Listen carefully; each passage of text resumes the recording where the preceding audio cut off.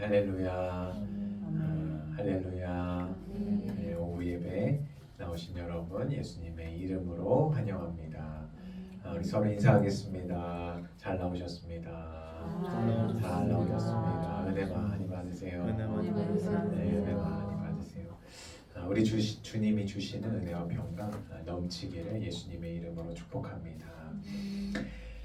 추수감사주일이 끝나고 한 해를 결산하고 정리하는 시간을 보내고 있습니다.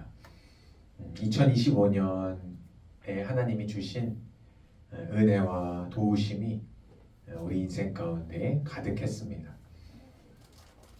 이 말을 듣고 아멘이 되시는 분은 주님을 의지하며 2025년 한 해를 보내신 분들입니다. 하나님의 은혜와 도우심이 있었구나. 2025년을 돌아보니 하나님이 그때그때마다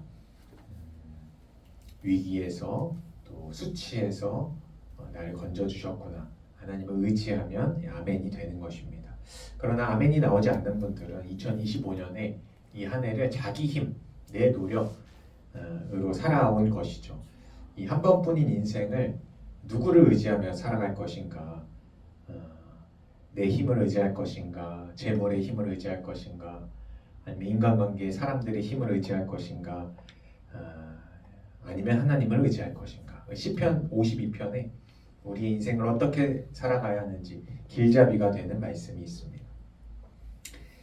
이 사람은 하나님을 자기 힘으로 삼지 아니하고 오직 자기 재물의 풍부함을 의지하며 자기의 악으로 스스로 든든하게 하던 자라 하리로다. 이 시편 52편은 다윗이 악인에 대해서, 나를 괴롭히는 상대에 대해서 어떻게 보면 하나님 앞에서 저주하고 또 하나님 앞에서 이제 담대하게 이제 자신의 의로움과 또 하나님의 변호를 요청하는 시거든요. 그래서 여기서 나오는 52편 7절에서 이 사람은 악인을 이야기하는데 하나님을 자기 힘으로 삼지 않는다. 이것이 악인의 특징이에요.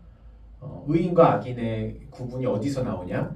하나님을 자기 힘으로 삼고 살아가면 그 사람은 의인인 것이에요. 그러나 하나님을 자기 힘으로 삼지 않는 사람, 그러면서 설명을 해요. 52편 이후에 자기 재물의 풍부함을 의지하는 사람, 이 사람 악인이라는 거예요. 내 재물의 풍부함. 뭐 재물의 풍부함이겠습니까? 나는 외모를 의지하면 내 외모가 충분해, 살아갈 만해. 아주 연예인급으로 잘생긴 사람들, 예쁜 사람들. 또 자기 건강을 의지하면서 나는 건강해. 내 건강을 의지하고 내 집안을 의지하고 내 세상 능력을 의지하고 나는 공부 잘해. 나는 내가 먹고 살 것이 있어. 이런 것들을 의지하는 자들은 이 시편 52편 기준으로 악인이라는 거예요. 자기의 악으로 스스로 든든하게 하던 자라 하리로다 하면서 자꾸 자기의 악 스스로 든든하게, 자꾸 자기가 반복돼요. 그러니까 예수님을 믿는다는 것은 자기를 부인하는 거예요. 여러분이 계속해서 인생을 살아가면서 내가 자꾸 드러나나요? 자기가 자꾸 나오나요? 내가 잘해야지, 내가 더 열심히 해야지. 이러면 좀 신앙의 방향성이 잘못된 거예요. 예수님을 믿으면 자기를 부인하고 나는 아닙니다. 나는 부족합니다.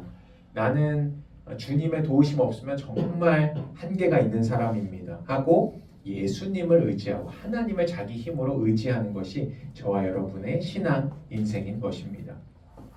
그러므로 자기 재물, 자기 힘, 자기 능력을 붙잡고 살아가는 것을 멈춰야 합니다. 하나님을 내 힘으로 삼는 인생 되시기를 축복합니다.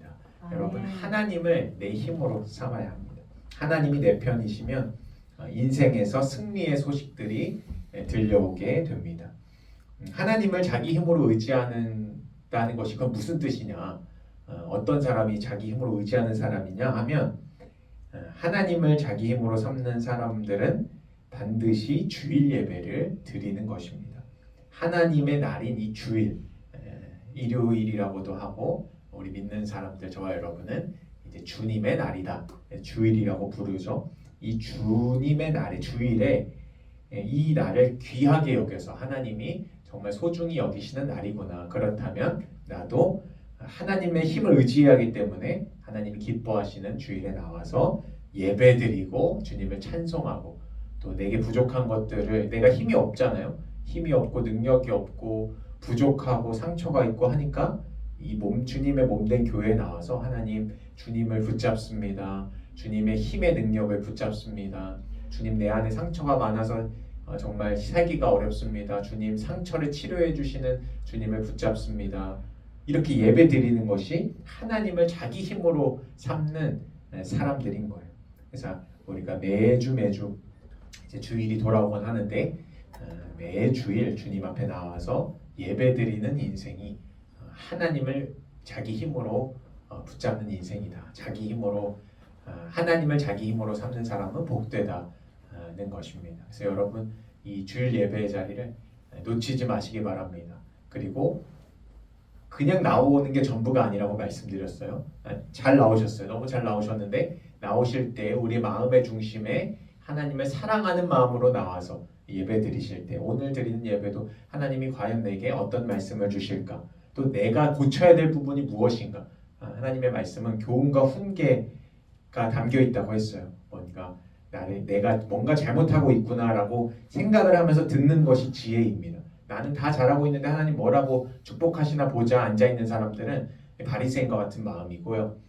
복된 마음은 무엇이냐면 내가 분명히 죄인이라 그랬어 성경에서.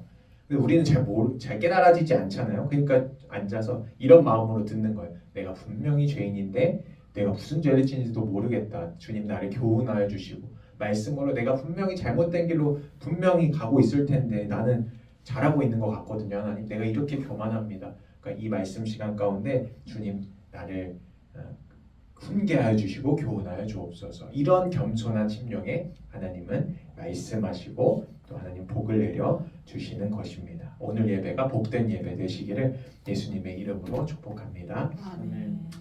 아멘.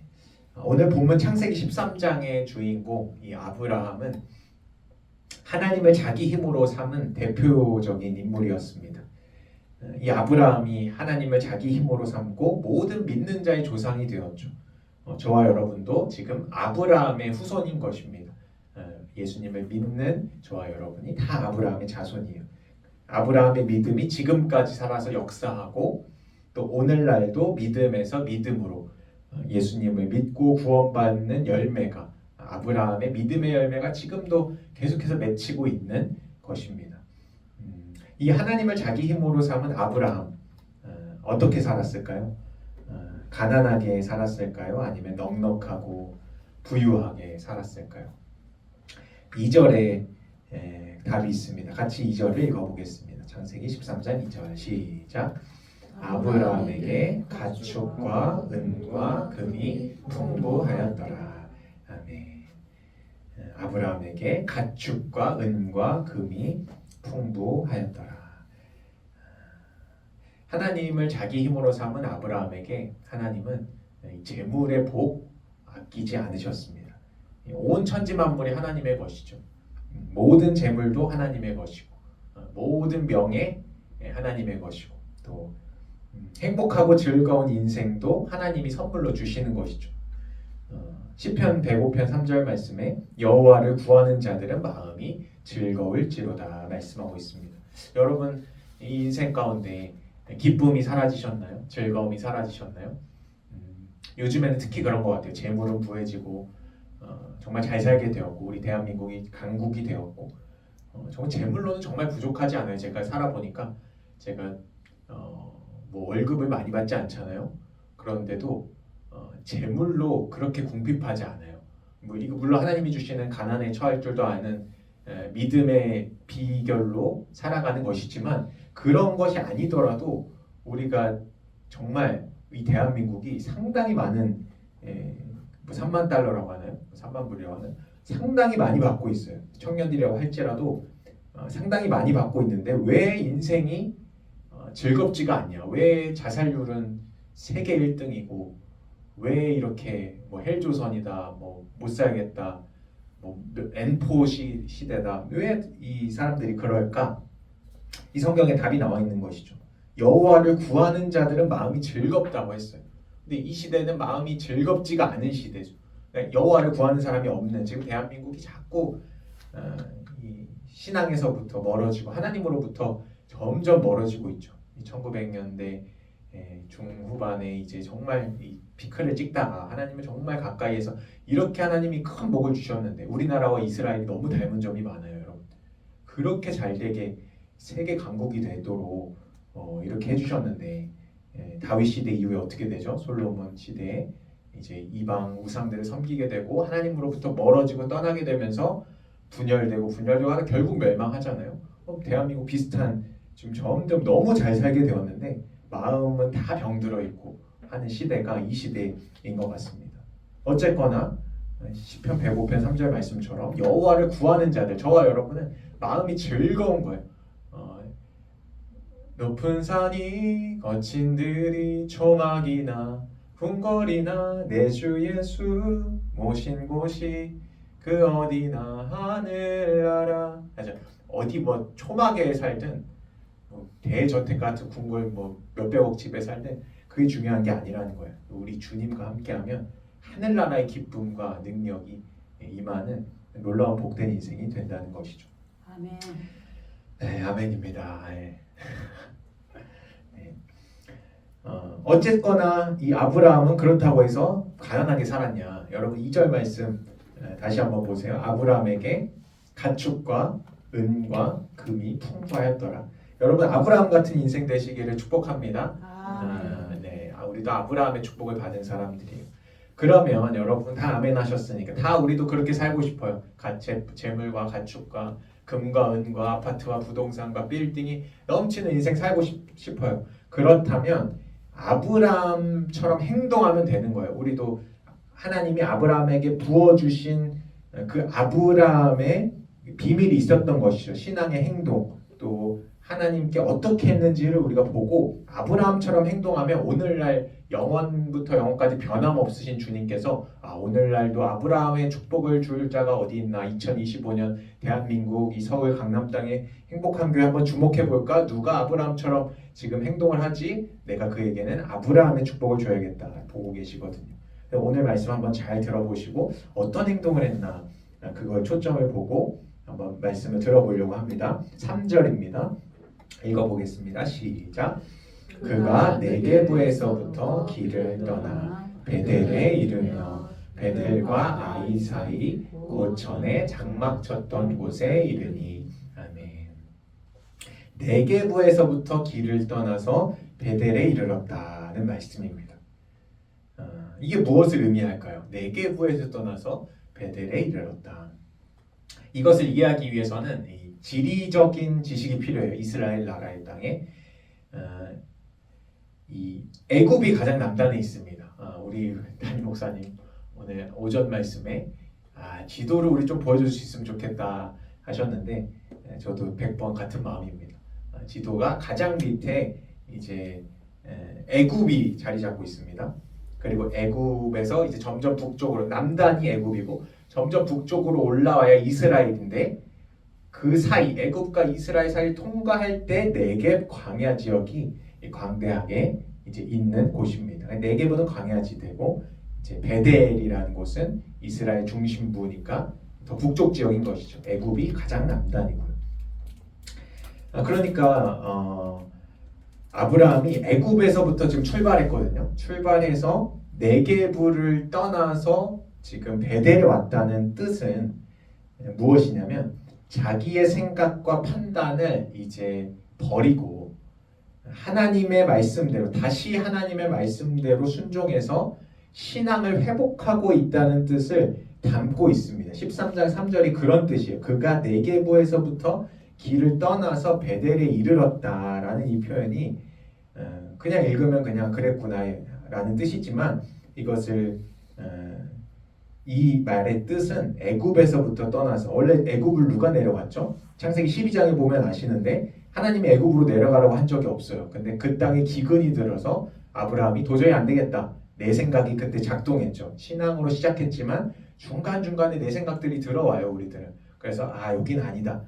잠깐 애굽 땅으로 피하자. 스스로 생각해낸 거예요. 그래서 애굽으로 내려가서 이제 큰 사건을 만나게 되죠. 이제 아내를 빼앗길 뻔하고 어떤 큰 사건들이 일어난 다음에 이제 다시 안 되겠다. 이것이 아니구나. 신앙의 깨달음이 있었던 것이죠. 내 생각대로 했더니 큰 화를 당할 뻔하고 또 성경에 기록되어 있지 않은 여러 사인들이 있었을 거예요. 그래서 아브라함이 안 되겠다.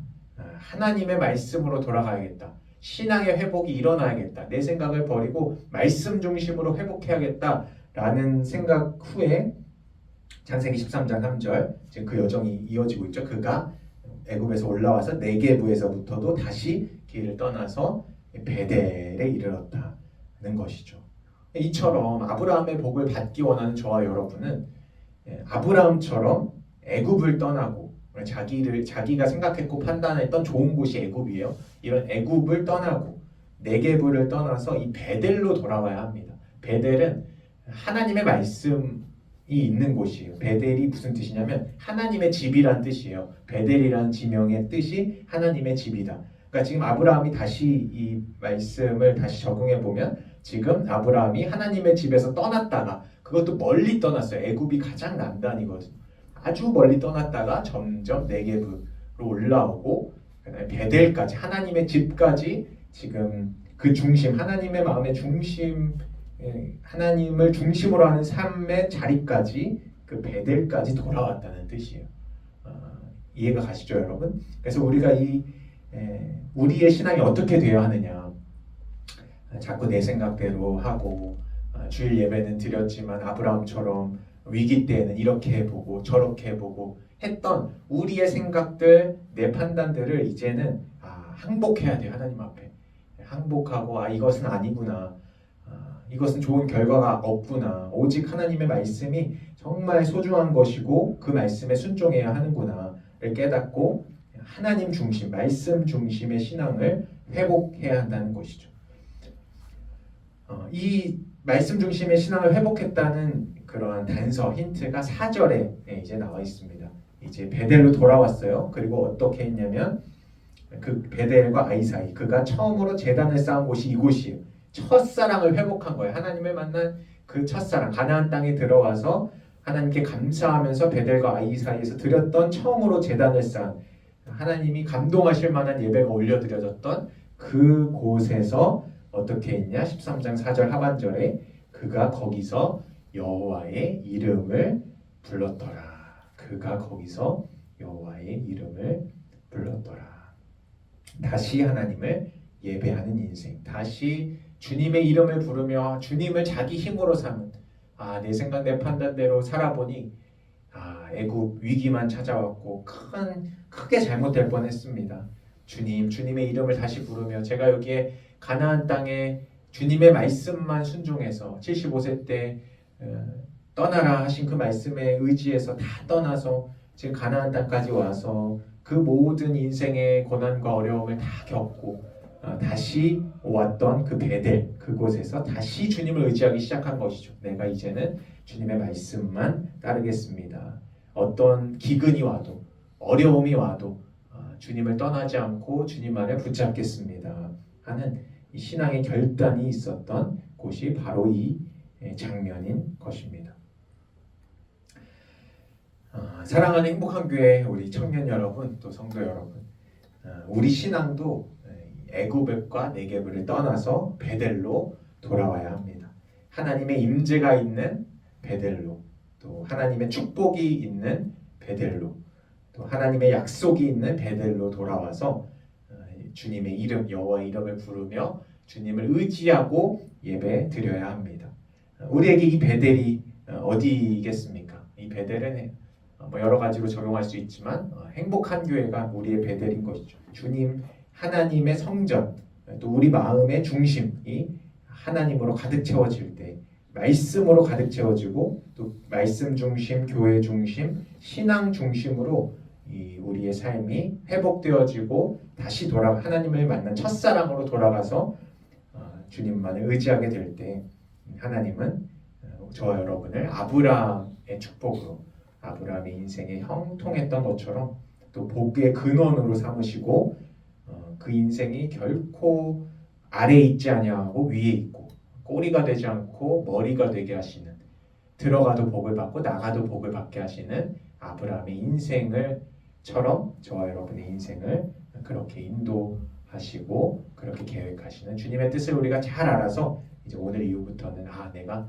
베델로 돌아가야 하는구나. 하나님을 향한 첫사랑과 또 주님을 말씀 중심으로 내 생각 내 판단으로 사는 것이 아니라 말씀 중심으로 결단하시고 동행하시는, 그래서 하나님과 친구가 됐던 아브라함처럼 저와 여러분도 하나님과 친구가 되고 벗이 되고 하나님이 오른쪽으로 가라 하면 오른쪽으로 가고 멈추라 하면 멈추시는 하나님이 가장 신뢰하는 그런 복된 인생 되시기를 예수님의 이름으로 축복합니다.